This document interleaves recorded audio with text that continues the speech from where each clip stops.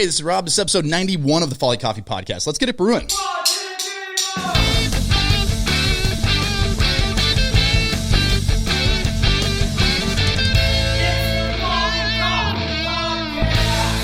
All right. I am here with Tim Wallace of Reinhart Foodservice, and I'm excited today for a couple of reasons.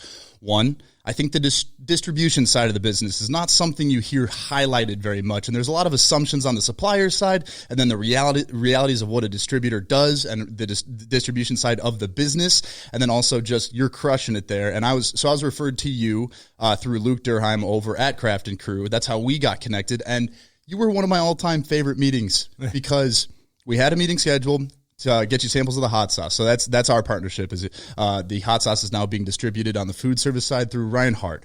Our meeting was a total of 7 minutes. I love that because you came in, you told me exactly what you're looking for, and then you said, look, if it tastes great, I think hot sauce is a great category. If it tastes great, we'll bring it in. If it doesn't, I won't. And I go, that's all I need to know. So what follow-up do you need from me? You go, and that was the entire meeting, and I was like, those are my favorite meetings. Just straight to the chase, here's what we're looking for, as opposed to trying to pad it and create unrealistic expectations. So I'd love to get into your story. I found out a little bit about it in the first 45 seconds of that meeting, but how you got to the position you're in at Reinhart. So let's just talk your basically professional career, if you whatever you consider that to be leading up to your role at Reinhart. Well, I always joke with my kids professional-wise. I never thought my professional vernacular would grow up and being like, oh, man, I got to run chicken tenders today. I'm talking to my kids who are looking at me like, you're the coolest guy ever. Like, chicken tenders is what I deal with a day, and it could be a spectrum of a whole bunch of different things. So that being said, I started in a small kitchen in La Crosse, Wisconsin in colleges for beer money, kind of get through, pay my rent, stuff like that. I was going for a pre-law degree, and I actually dabbled in jewelry on the side. Ended up following the jewelry route, and I was doing custom jewelry up in Robbinsdale and a few other little miscellaneous projects. I got sick of sitting in a closet, no windows, a radio. I feel I'm more of a social butterfly. Ended up saying I can't do this anymore. So I found an ad in a newspaper for Harker's Meats and Provisions.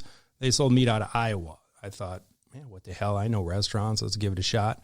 So I applied. They ended up hiring me. I have no idea why. It was simply just because of my restaurant experience, which was mild. I mean, it was a bar in La Crosse, and we ran fish and family diner style. So got the job.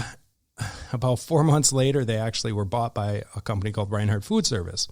So when that happened, they let us all go. We got called to an Iowa meeting same day, and they let us all go.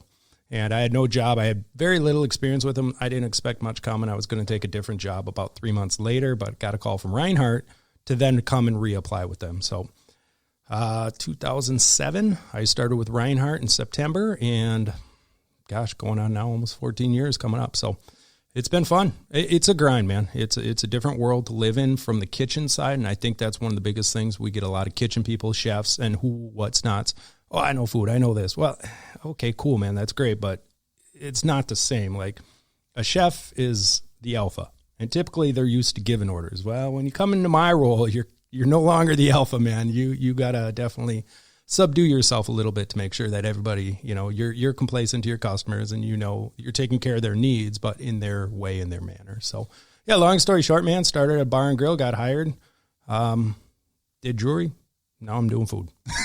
Yeah, simple. So your initial role there at Reinhart, what was the title of that role? So sales consultant, and they kind of flip-flop different names just to meet the new modern society of ways they call them.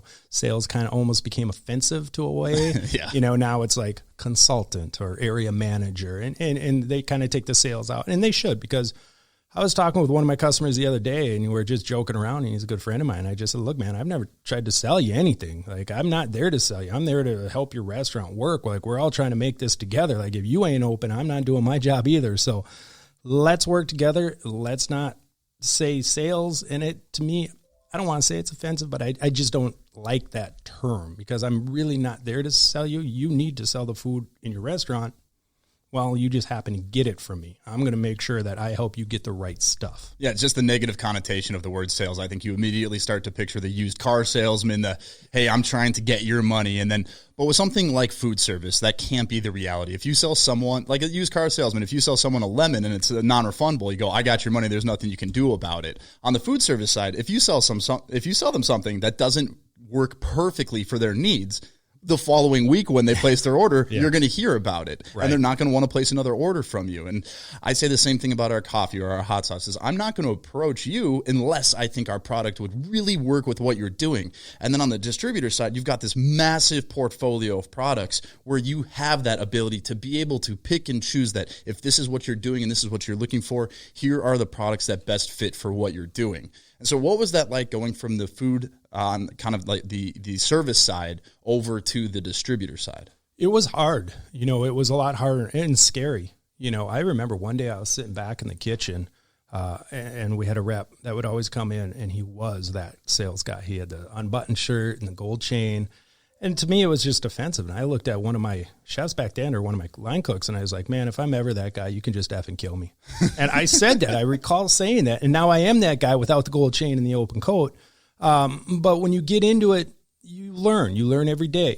My thing was service, right? If I take care of my customers are going to like me. And as long as I continue to take care of them in any given way that they need their help, they're going to come back. And I built a career out of that. 5 pounds of oranges on a Sunday. Okay, I'll do it. Well, Tim, I can go to the store. No. It's my job to help you. You stay in the kitchen. I'll go get your oranges. And that's how I ended up getting to where I am, was just making sure the people who needed me when they needed me got what they needed. And the way you phrase that is why a 7-minute meeting works for you, is because you said, if I do my job well, my customers will like me. I've met a lot of people, whether they're actually salespeople or, with businesses, that they think, well, if I can get my customer to like me first, then they'll want to buy my product. Well, guess what? It doesn't matter if they like you or not. They're not going to want your product if it doesn't work for them, if you didn't fulfill promises, or if you said things would work and then they don't. And the way you do that is you build a reputation first, you get them products they need, and then they're going to like you. And that's why I run into a lot of meetings, especially when people are trying to sell me something, where it ends up being a half hour, 45-minute meeting. And you go, we're not even talking about what we came here to talk about. And you realize it's because a lot of people think that the relationship sale, if they like me, they'll continue to work with me. That's the best way I've heard it put is back in my Sam Adams days, like this emotional bank where, if they buy from you because they like you, they just withdrew from the bank. And then guess what? They're expecting a deposit later, versus the professional side first. There's no emotional withdrawal deposit. You go, here's our meeting. This is what we're here to do. And then guess what? If I do my job, you'll end up liking me, because that's literally why we're meeting in the first place. Well, and you can't hide from it. It's like you said, we're not selling a car every 5 years. This is a reciprocating sale. I have to be with you every single week. I mean, once your food's gone, you need more food. That's where I come into play. And you can't hide. You can't hide and say, hey, oh, great, I sold you a house. I'll see you 20 years later. Because at that point, that's just the one time where every week you need to make sure these people have what they need. They're getting it, the right product, the right price, and all this other stuff. Yeah, you got to do that. But most importantly, you got to make sure that you're doing it with an unoffensive manner. I mean, you've got to make sure that they're getting what they need at the right price with the right product, but you're not putting them off by always pushing other shit at them. I don't know if we can. No, you're good. Okay. All right. But, and that's where it is. And I look around, and this business is hard, and some people or other companies, they try to do it in different manners, and there's no right or wrong way to do this. But at the end of the day, we're all only here because of our customers. If I don't have customers that I can take care of, I'm a nobody, and like I said, I built a career and done well with the Reinhardt / now PFG family. And, I wouldn't change it for the world because of the customers I work with. I always tell my wife, I've got neighbors and customers as my friends. That's it. Like, I don't have a person that I can say, oh yeah, I met him up here in Minnesota when I moved up. I don't. I have like my neighbors around me that I hang out with, and then my customers that I hang out with. That's it. And that's the way I like it. It's been not the way I thought my life would travel, being a very social butterfly down in La Crosse. But definitely, it's been a journey, and it's been a trip. I've done more in this life. I've already done than I ever thought I could or would. And it's been because of the field of work we're in and the people I deal with. So previous, like I mentioned, I work for Sam Adams. So I've worked with like over 15 distributors. And so before even our conversation, I had a pretty good understanding of the distributor world. But off mic before this, we were just talking about what we'd be covering. And so I want to shift the conversation a bit to basically as a supplier, especially as a small supplier with the hot sauce. I think a lot of small suppliers, especially in food and beverage, they go, I've got the best tasting product. I've got the new thing that's going to light the world on fire. This distributor should be honored to carry my product. And then they sell the product to the distributor, and then they sit back and go, oh, this is the distributor's fault now because I have an amazing product. I have loyal, devoted fans that love our product, and this distributor's not doing their job going out. It's like, so I want to run through some different. Also, before we even start that, I want to. So before I met you, I'm all over the place here. No, that's all right. But to put this in perspective, Folly is my entire world in the food service side. So to me, it's a big deal. But as I'm looking at Reinhart and the potential partnership we might have before we got set up, the list of things that Reinhart covers here. You've got seafood, produce, bakery, dairy, pantry grocery, appetizers, Italian, Mexican, deli, beverages, ancillary, specialty. And so I'm looking at that list. Yeah. Stainless steel, sinks, mops, brooms. I mean, you can go on and on. Anything you need to run a hospital to a school kitchen, anything. You're right. So I get where you're going.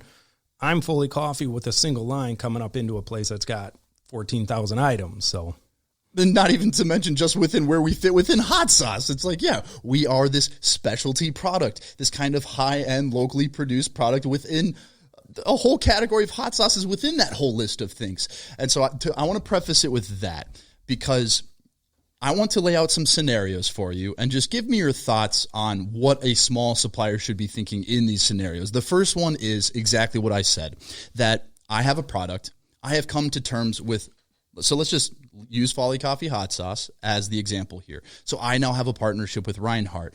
I sell you the product, I drop it off at the distributor, and now I go, awesome, I have a sales team now. They're going to go out and sell it. How would you view that opinion of a small supplier coming in saying, you now have my product, I have a sales team, bring me the revenue, bring me the sales numbers? You know, you're a box sitting in a warehouse right now. Okay. I mean, really you are. You're a Reinhart item number to us, and you're a box in the warehouse to us. You know, and with me with exception, because obviously now we have a personal relationship showing this product in how we got this product built and in stock, right? But at that moment, you got 55 other people who do what I do, who don't care. They don't know, and they're not going to care unless they think it's advantageous for their customers. And that's going to be the difference. So you're here, okay? And well, they can see me in the camera, they can't see this. And then Tabasco's here, right? And so you're kind of in that arena where I'm Metro, and I'll kind of get into a shift of what's happened in the last 7 years versus locality. Twin Cities. You know, but a guy up in Fargo, do you think he cares that, you know, you're a local hot sauce? He doesn't. But if he tried it, he'd say, oh, damn, okay, I get it. I get why we have this local hot sauce in here. Is it as cheap as Tabasco? No. But does it separate me if I'm a breakfast or, you know, I've been putting it on pizza? Does that separate me by having this hot sauce from the other bars and grills around my area? It does? Okay, great. Now I need to know that product. I need to get that, and I want to show it to my customer. And that's how you create interest by, number one, having a good product. And I think we both have already agreed that's how you are where you are.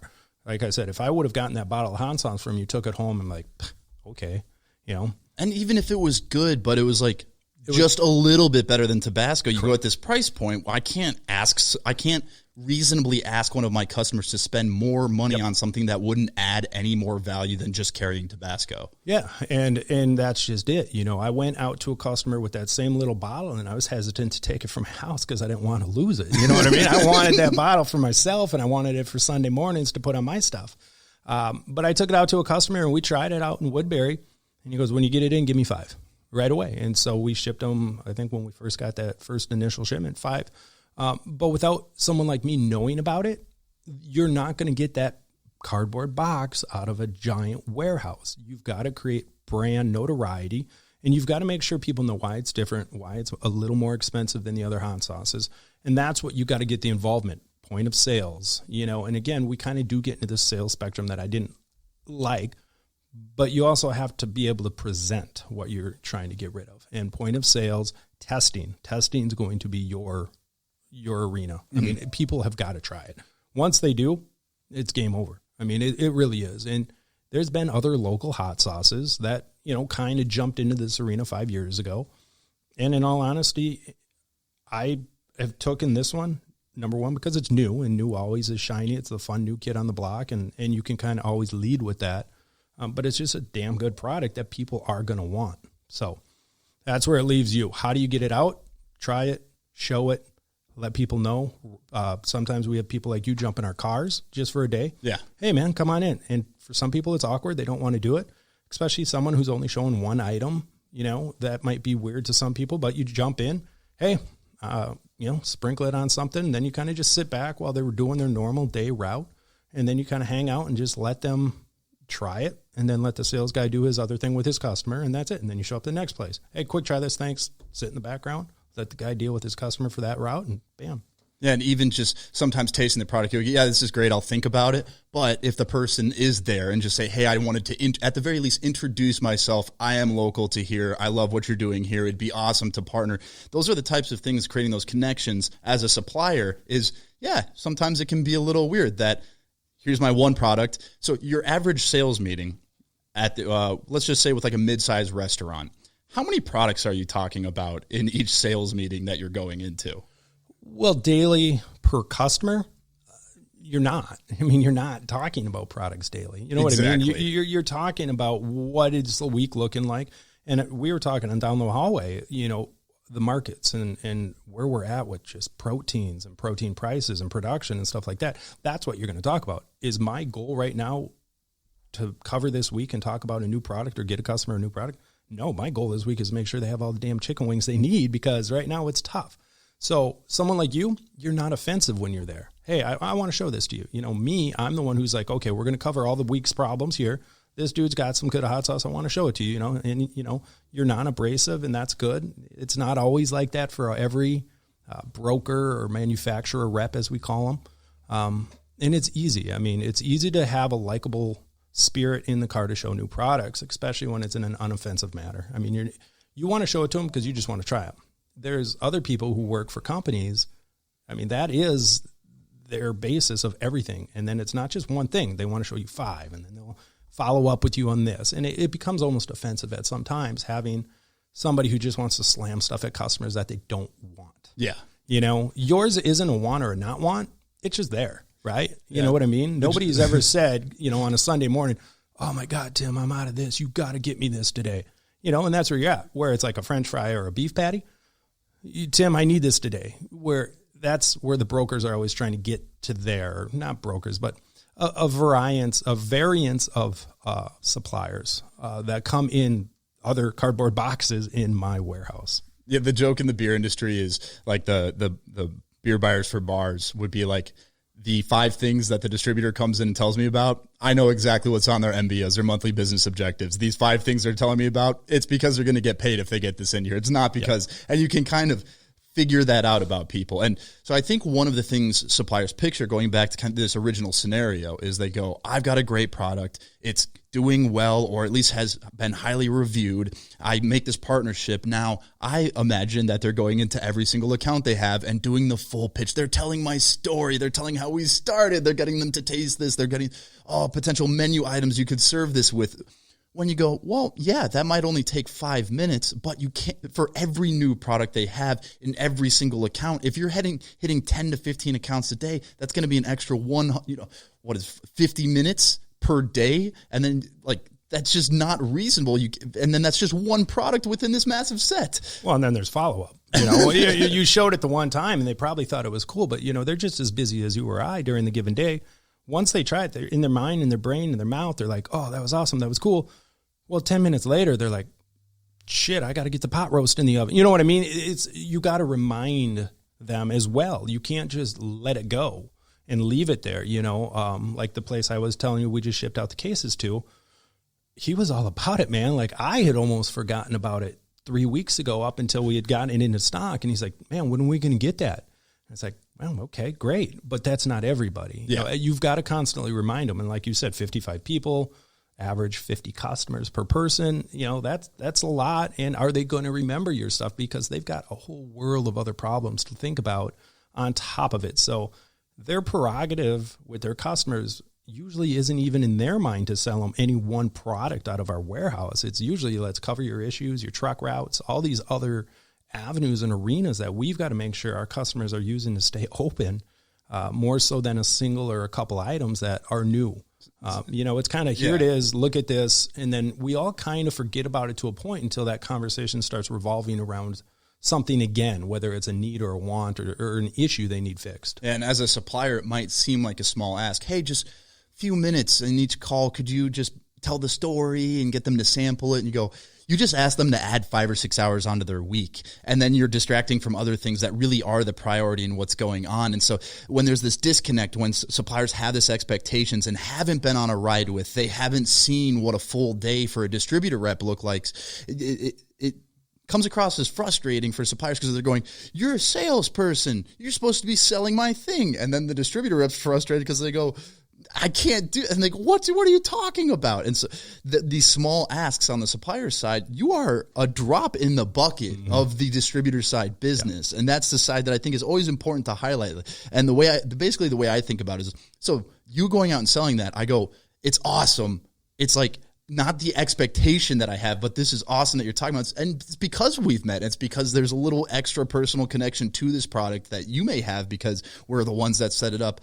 But that is definitely not the expectations. And the second I drop off those cases, I go, I don't expect anyone at this distributor to sell a single case. Anything they do, I'm going to be grateful for and be pumped about and do what I can to support it on the back end with POS and, point of sale to make sure that it's marketed properly in the account, which will come up in a little bit here.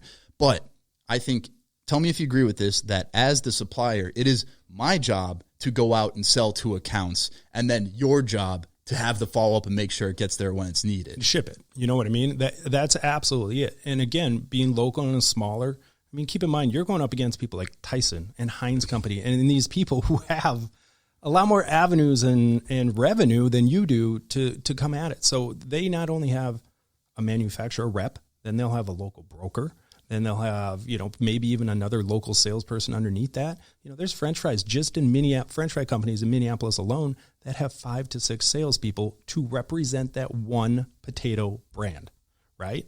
And so they can go around and do all of this. They don't say, hey, Reinhardt, go sell my French fries. They know that's not going to happen. They're going to say, you people from XYZ Potato Company, you go do it. But Reinhardt has it. Here's the item number. Just tell them they can get it from there. And that's kind of where it is. If you go and see somebody, well, you can get this through Reinhardt, or you can get this through PFG. And that's where you're at. You still got to, do what you would normally have done, have you not gone, but you have the avenue of our trucks to deliver your product any day, 6 days a week, where you're not putting it in the back of your car, going here, here, here, and here, and here every single day, dropping off a case of your sauce. They can get it right through us.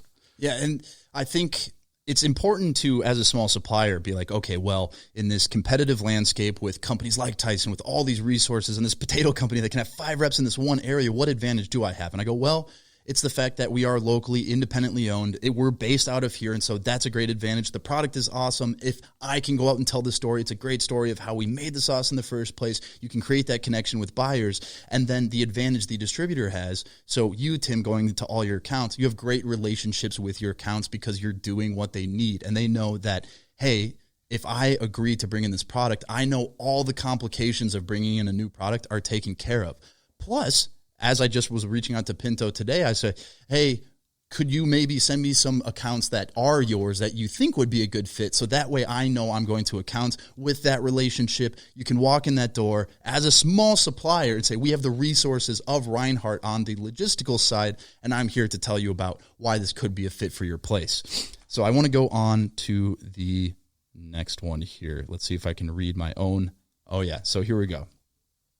Someone comes in, new supplier, and they say, this is the best tasting version of this product that you carry. So let's say in this scenario, let's say I'm a local fry maker. I don't know if that really exists because it's kind of hard on the food service side, but let's say I am. I go, I have the best tasting fries that you carry. Why aren't they selling? And maybe you probably already covered it a little bit, but what would you say to a small supplier that's frustrated that it's not selling or more customers aren't picking up because they go, I have the best tasting product? What advice would you give a supplier like that? It's time, and it is the product. And it's hard to keep going back to you, because right now you're talking, so your sauce is in my mind. But I think in the last 3 years, I've seen a transition, probably even 4, to where a distributor is. We have all these manufacturers. We've got just giant manufacturers between Cargill, Tyson, and all these people. Well, people are sick of that, man. I mean, people want local, right? They want your hot sauce, not just because you're local, but because it's good. And I think we're seeing a big transition. It's like, okay, Mr. Local French fry person, we love your product. That's cool, man. We need to bring it in because, number one, it's local. We understand our customers will probably want your product. The reason it's not selling is, number one, you're not helping us push it. Okay. Number 2 is maybe you're priced yourself out of the market. Number 3 is, how do we get it? Do you have enough of it? But if it's not selling on its own, then it's probably not the right fit, and with somebody like you coming into this arena, I think it's important to understand that it's not that you're local. Like, that's cool. You know what I mean? But the product itself is good. And that's what you're going to sell it on. And then the next thing I would say is time. You can't build Rome in a day. I've got a pretty big route built underneath me, but 14 years, I was never where I'm at now in year 5. And same thing, man. I've seen things come in, where I brought items in and it went 5 cases in a week. And now I think at any given week, we're probably selling 180 a week of that product that I brought in initially for 1 or 2 people, and it kind of built itself. And that's kind of where you're going to end up, just because of where it's at. Not 100 cases a week, but maybe. You hope so. We'll get there. But that's what it is. And it's going to take time, and it's going to take relationships, and it's just going to take meeting people. It's going to take telling the story a little bit. But you are a story in a way of how you do it and how you built this hot sauce with the coffee behind it. That is a story. Local is a story.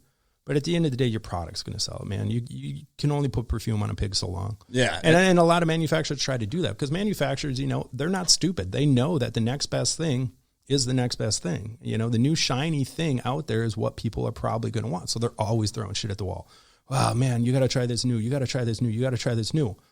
Yeah, that's probably because somebody told you guys you got to make 7 new things every year to try in a new market. I mean, every single week we're getting a new this. And I just think about some of these products. It's like, well, I have no fit for that. That doesn't fit anywhere. So new is good. New is shiny. New is wanted.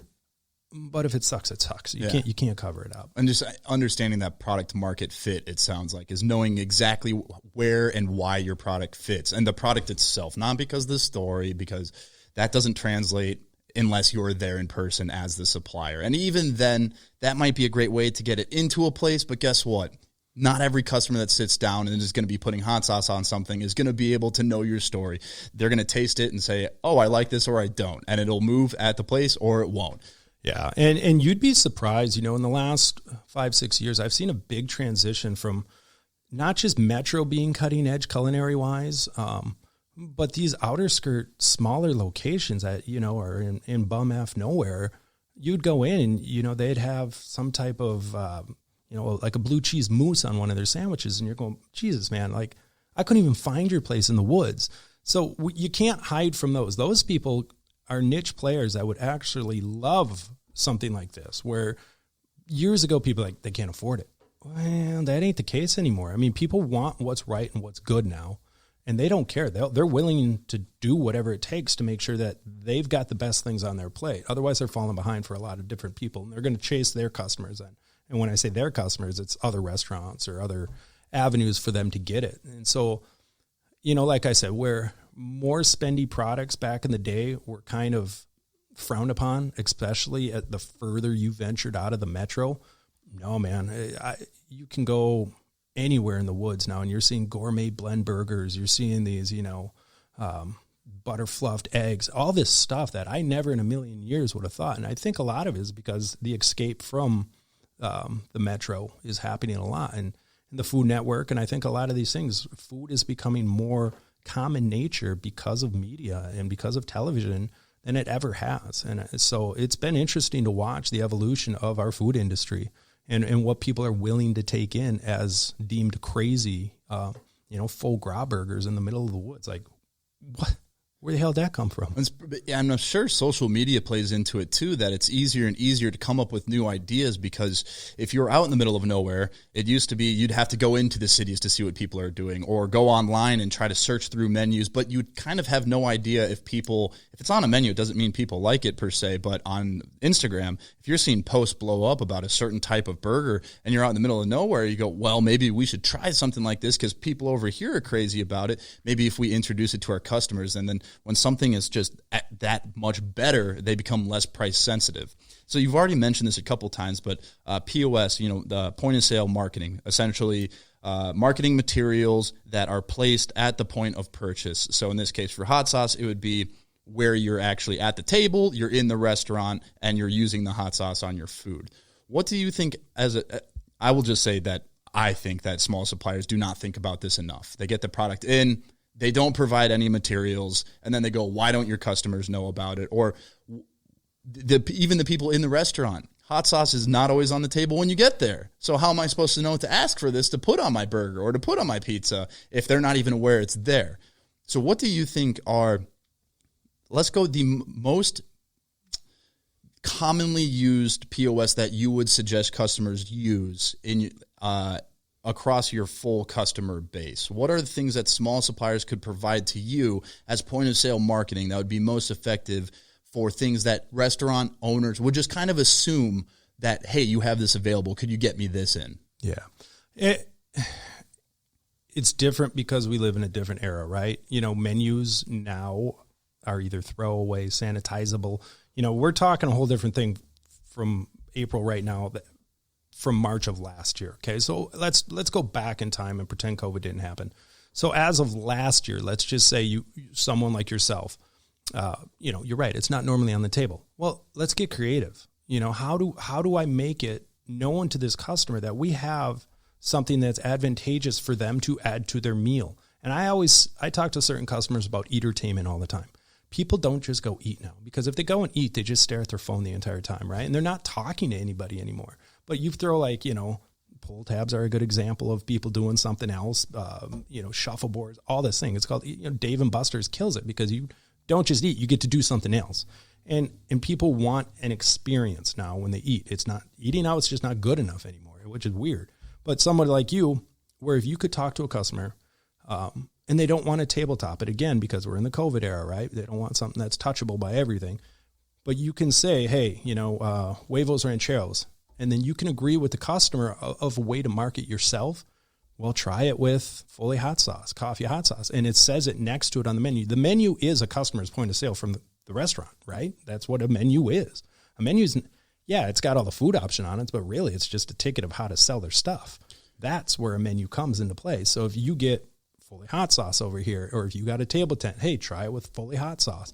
And these customers will let you do that because they believe in the product and they believe it's going to enhance their customers' dining experience. They're going to do it, Yeah, and that's a great insight, that if there's something on their menu that works really well with that smoky profile, you go, hey, this is not only an opportunity to raise awareness of this, but if this is a signature dish of yours, here's a great way to push something that you're proud of and you want to sell more of, especially if it's like an appetizer where, everybody's going to get an entree, but maybe they weren't thinking about the appetizer. So now you're providing this tool that is adding value to the restaurant versus, hey, this says this is available. And they go, okay, well, especially with hot sauce, because it's free to the customer to use. So you're actually not selling me any more value here. So in that scenario, almost having just even a template of, hey, here's a template featuring our hot sauce, but here's a blank space that if you have a customer that's willing to bring it in, we'll custom print these with their imagery and logo so that then they can have that on the table or hung up around and create visibility. And that, it's funny you say that, because Sam Adams had that exact thing. We have the template that we can have this customizable. So that's well, it's niche and memorable too. How many meals have you had where there was just that little add-on or some type of nuance that you were able to increase the experience, right? Well, that's it. Okay, I ordered this. This is what I want. This is it. Oh, but what's this? I can do that too. Well, hell yeah, bring that on too. I want to try that. Oh, damn. Okay. Now we've gone up a notch. Well, it's funny saying that, because I think being in the food world, I think you or I might be a little more aware of what works well together. But there's a lot of people that you would tell them things that work well together, and they go, I would never picture that, especially with there being coffee in this specific hot sauce. Yeah. Well, when I was out in Colorado one time, they had what they call the asshole burger, right? And so it was a burger bar. They had over 30 burgers, right? And then at the end of it, they had one that was called the asshole. And it said, okay, we made 30 burgers. We know what we did, but if you think you know better, make your own. And, it was pretty much build your own burger. Yeah. But they just wanted to say, okay, come on, guys. Like, we know what we're doing. Okay, but all right, you know better. Here you go. Here's your options. Yeah. And you're right. It's 100%. You got to trust what they're telling you. So if the menu says, try it with this, you're probably going to say, well, yeah, they're not stupid. They wouldn't recommend it if it's going to be crappy. So it's very advantageous, especially if you get that real estate. But again, when I say real estate, there's a reason I call it real estate. It's because a menu is that's it. That's everything a restaurant has right there for the customer to view or see, unless it's up on a wall or on the table. Well, I think that's another key takeaway that could be a potential advantage you have as small suppliers, that the more focus on getting creative, especially with new accounts, is just something that says what you have on it, unless it's something really nice. So like we made these coffee tin tackers, and they look really nice, and somebody might want to hang it because it looked nice, but they're also really expensive. Yeah, and they ain't free. If all of a sudden you're committing every single new account to that, if you're willing to do that, it might be a great selling tool. But something like that would be fairly inexpensive, and then where you're making up for that because of a potential lack of resources or the inability to commit to it financially, what you're doing with the custom template is you're adding your creativity into it. You're adding value to the account that may not be, as expensive as some of the more high-end metal bar signs that they might want, but it's the creativity that's going to add value to the account. I think that's a really, really valuable insight. Yeah, it's, again, we can go back to somebody like Heinz. They offered metal caddies for a long time. Well, I think at some point they realized, okay, we're offering these metal caddies, but we're coming out there and we're seeing, the distributors ketchup. It's not even the Heinz ketchup, And so I think they had to find a realistic manner of how to approach putting these metal caddies that said Heinz on it, because half the people weren't doing it with that type of a product. So tabletop exposure is great, but like you said, it's expensive. It's expensive for you to get that marketing material out there. But if it's worth it to the customer for the product, they have no problem putting a low price on it either. Yeah, I think especially if there's a way to have conversation. So like, let's just say you and me, for example, if I said, hey, I have these available, but let's be really picky about where we put customer. them. It's got to be the right customer. So sometimes you go, hey, I'm willing to spend a lot more on this type of thing, and we have it ready to go and designed, and knowing it's available and providing the images, but being like, hey, your best accounts. Let's make sure we're a little more picky about what this is. And if somebody else wants it, it's a separate conversation. Yeah. But I think that's a really valuable insight, is thinking tabletop, where people are eating, where they're drinking, and then is there a way to not only have them aware of it, but to bring value to the restaurant with your creativity. I think that's a super, super good insight that's got my wheels turning already, and you'll be hearing from me in the next couple of days here. Yep.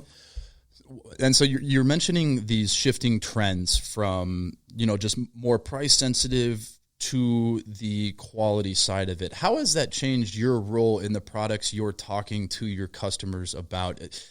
When you're approaching customers, are you instantly talking price and you just say, hey, if you're willing to spend this, it's this? Or how do you have the conversation with your customers? Food centric, man. I'm 100% about finding it. And I think anyone at my company would agree that, I go out trying to find the newest, coolest things. I can't always depend on a big manufacturer to tell me what they think is the coolest, because there's a lot of behind the scenes of why they think that's the new coolest thing. It's because they're a giant manufacturer, right? And there is plenty of room for all of that too, right? But I think my customers need cutting edge, something new, something that can separate them from the next store place. And you can't always find it, but the good thing about my company with me is that if I bring this to them, like you was a perfect example. Hey man, you guys really got to see this. It's cool. Well, who's it from? What's the logistics? How hard is it to get? And we'll figure out how to do it now, because we understand the need for the customer. We can't depend on giant manufacturers to give us everything our customers need, because they can't fill all the niche needs we need them to fill. they need to understand that, okay, if that's the right product for you, we'll figure out how to get it. We'll bring it in. We'll figure out, okay, we can backhaul, or they can drop it off, or we'll figure out a manner. But it has to be not new or cutting edge, but it's just got to be something that fits us, and it doesn't have to fit the mold of logistics. And when I say logistics, meaning, well, it comes from this shipment or this plant or this manufacturer, we'll work with certain companies plenty of times because we think it's just going to be a better fit for our people. And local wise, 100%, man. I mean, I've never seen more craft items. And that being said, labor, right now everybody's facing labor issues. I can't name a single customer of mine that doesn't ask me about labor. Do you got any kitchen guides? Do you got any front of the house? Everything. It's hard. So I've never seen more pre-made products be acceptable in the back of the house than I have before. I used to walk into chefs and, I had some soups that I was like, man, you should try this soup. It's really, really good. And they would laugh at me and almost want to kick me in the business because it's like, dude, I'm a chef. I make soups. Yeah. Now, all right, you remember that soup you showed me? Like, let me try that again because I got no one to make soup. Right? Same thing. There's probably people who used to make their own hot sauce. They ain't going to go do that anymore. They have so many more things to worry about because they're probably 3 people short. And so pre-made, ready to go, I've never seen be more acceptable ever in the restaurant industry than I've seen it now. But with that being said, it's also elevated the pre-made game. There's some products out there that you couldn't tell a 2 Michelin star chef didn't make it. You'd be like, damn, that is just amazing. And it came frozen in a bag. And that's the way it's trending. People want good because of what we talked about, social media, Food Network, all this stuff. They want the best of the best. So people are replicating that and figuring out, even some of these bigger manufacturers I've spoken about are figuring out ways to make those accessible to people who need them on a fly and quick in a pinch. And that's another valuable insight is, I've never even thought about it that way, that you go, oh yeah, I guess they could just make something similar on their own. So why would they want to buy this? And thinking about your product, not only, oh, it tastes good, because if you're going to go to a chef and be like, you should get this because it tastes good, you could potentially offend someone to be like, you couldn't make it you couldn't make it taste this good and we can. But to say, hey, I understand this tastes great, but also it saves all the labor, and speaking to the process of making the hot sauce and everything that goes into it and the potential labor that it would take to make something like this, as opposed to just saying it tastes really good, you should bring it in. And having that level of conversation and awareness as a supplier, at the very least, that chef is going to go, okay, this person at least gets it. And that's my goal is, and any meeting they go, well, at least he gets it. He gets where I'm coming from and where it could fit into what I'm doing. Well, and another fun thing that I've seen since showing your product around is how much, when I would sample it, how that protected bottle ended up in a chef's office, like in a corner, like don't touch. Because where does a chef eat? They grab their food. They don't go sit out in the dining room. They bring it back into their office and they'll sit and eat their meals in their office. And I see so many of them, that's a huge part of it, especially with their kitchen help. And so many people are asking, hey, can I put that on? Can I put that on? And, the chef's sitting there within the corner trying to eat, and they're just hiding it from them. Not until we can get more. You can't. And so it's been funny, but that just proves to me that, it's worth a shit, right? Yeah. If a chef is sitting there protecting the one little baby sample I gave him, that's cool, But, you brought up a point, too. It is hard to do my job thinking I know certain things in this business, because I do feel I can offer advice and certain expertise in certain spots. But you do got to be careful because these guys are chefs, right? You don't want to piss them off saying, hey, I really think you should do this. Or, I have this pre-made hollandaise sauce. Oh, Jesus, man, you would start World War II. You tell them you've got a really good pre-made hollandaise. They look at you like you're an asshole. It's just like, no, that's ridiculous. It's a mother sauce. We make that. Okay. I've had chefs, and I won't mention names, but I've showed them a pre-made Gouda sauce. And they've been making their own mac and cheese sauce. And we put it side by side. 15 servers picked it to 0 over his. And it came frozen out of a bag, right? Which even in that scenario, it still could end up being contentious. Correct. That even though I was right all along that this is actually better than what you're doing, it still ends up with them being pissed off. Yep. And so if you approach it in that way, there's just focusing on the value. And so if you're going to places that are quality, that's such an important thing to keep in mind is how does this fit? Not just because it tastes great, but what are all the things that a chef has to consider, especially if they're chef owner? They're considering costs, they're considering labor, they're considering, margins and all these different things. So if you're going to ask them to take a hit on their margin, because it's not made in-house, what do they gain back to that? And that's a really valuable, I know I've said this like a third time, but I'm kind of, now my wheels are spinning about where these things fit and what type of places might want it. And so outside of that, with these shifts, the pre-made products, are there, outside of hot sauce, because it's pretty much primarily what we've been talking about, are there any surprising trends you've seen out, like within the craft world? What are types of products that you've either brought in or seen in the market that have grown in a way that you might not expect? Well, I'm going to retort right back to that pre-made stuff. Like I never thought, I've got guys who make a cheese sauce all the time, and not just this other one, but they brought up another one. And I showed it to fine chefs. And it really is evolving craft pre-made products. And people listening to this might be like, that's bullshit. We make everything. Okay, that's good. But there's always going to be certain products that are going to be explorative that are going to be as good. Because like I said, labor is, I truly think, the number one obstacle most of my customers are facing. When it comes to trends, it's still right now, it's ethnic, a lot of Asian cuisines, different flares off of Mexican, Brazilian. Those are still always going to be your peak trends. In terms of products itself, anything with the terminology of craft, and what is craft? That's what, handmade, hand blended, something like that, So you could be a craft hot sauce, and that's always going to have its play. But really, anything new, anything creative. And the problem is there's so much of it. I get 3 different food magazines to my house every single week, and I'm blowing that I don't see so much more replication of items. Each magazine's probably have 40 new recipes in it, every single one of them. And I probably in 5 years never seen almost any of them replicated. It's like, how can you think of so many things to do? How is this even possible? And then you got fast casual, which is with the COVID world, that's really making us adapt to certain situations, right?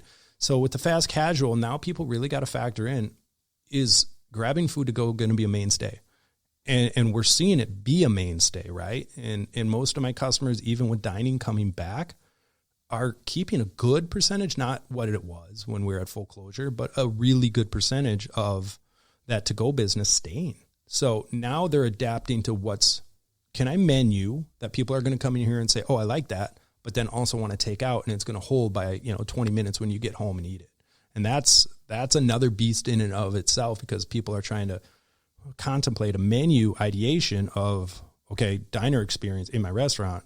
Well, how's it going to taste 20 minutes from now? And it's weird. I mean, I see chefs making dishes, throwing them up in the window with a cover on them to replicate a to-go experience, and then having to see what's good and what's bad. So it's almost like with any potential product, or the pre-made thing is interesting, because I think when I hear that word, I picture just, something in a package or powdered and something like that. But now that you think about it, it's like, I do know other local food bev owners that sell wholesale, and I go, well, that's different. And you go, but it's not, if you have a way to store it and sell it effectively, whether it's frozen or is shelf stable and there's freshness, that can have a long enough shelf life to be able to have that be an efficient business model. That it's almost like if you can just match quality but add value, there's still a play there, and saving in labor and looking at things that way. And so I just want to recap everything we've talked about, because it's just been crazy. And I think that's a really good place to end this episode. This has been like jam-packed with information. Is looking at the role of the supplier within a distributor, that the supplier really should be the one pushing their own product, that the expectations of within a product portfolio have to be minimal because it is a drop in the bucket, and where that lies. Samples is something that came up 100 times on this episode. That was something that I right up front, I was like, as many as you need, tell me, and then when you're out, I'll get you more. And so not being stingy with samples and getting those in the hands of as many people as possible, and make sure they're staying in stock with the samples. Being the best tasting in the market isn't necessarily going to make you the best selling product, but you need to make sure that you have things backing that up. And then I think just like using your creativity, not only in marketing, but also in the way you're approaching things. That as a small supplier, you have to use any competitive advantage you get, and creativity in marketing, in point of sales strategy, and making sure your product fit within a distributor makes a sense, makes sense, and then that they know exactly where they should be selling your product. Anything else you'd like to add on top of that, specifically through the lens of a small supplier within a giant food distribution network? No, that's it, man. I mean, you just got to keep pushing too. Again, sometimes when people get their product in, it's like you said, poof, every week, my first shipment was 60 cases. All right, well, next week you're going to need 60 cases. Like, let's build our customer base, and the advantageous part to you is transportation. You can get your product to Fargo. You can get it to Grand Forks. You can get in one day. If somebody up in Grand Forks wants your hot sauce, it'll go there tomorrow on a truck from us. That's your advantage. But is a guy in Grand Forks going to make sure they know about it? And you're right. That's 100% where you come into play. So, and then quality is number one to me. I won't sell anything that to me is shit. You know what I mean? Because that's my reputation I'm putting on the line. So you've got a good item that will take time to build, especially being tabletop. That's going to be a challenge, but I think, man, it's going to roll. And I think with your attitude and the way you're doing it, everything's about right. And you just keep following exactly what you said. Be creative. How am I going to do it? Yeah, and I think that's the last great insight I think you heard. I think a lot of people launch with a distributor and they go, this is going to blow up. I just got to sit back and let the gravy train roll in. And it's like, no, like they're not going to get it into every single account it's going to be in the next 10 years tomorrow. Yeah. It's going to be one account at a time, and it's going to be a slow roll. And so not creating expectations and knowing it's a slow burn, that we're going to build this fire over time, as opposed to launching it and then going, all right, where's my order next week? And they go, no, we're good. Well, and it's tough again with virtual. We do food shows. Usually we do 2 food shows a year. Well, people can try it. People can put it in their mouths. People can see what we're talking about. With all this virtual crap going on, it's hard. I can't virtually have you taste hot sauce. I can't. It's impossible. Willy Wonka did it back in that one show where they exported the candy bar and the TV.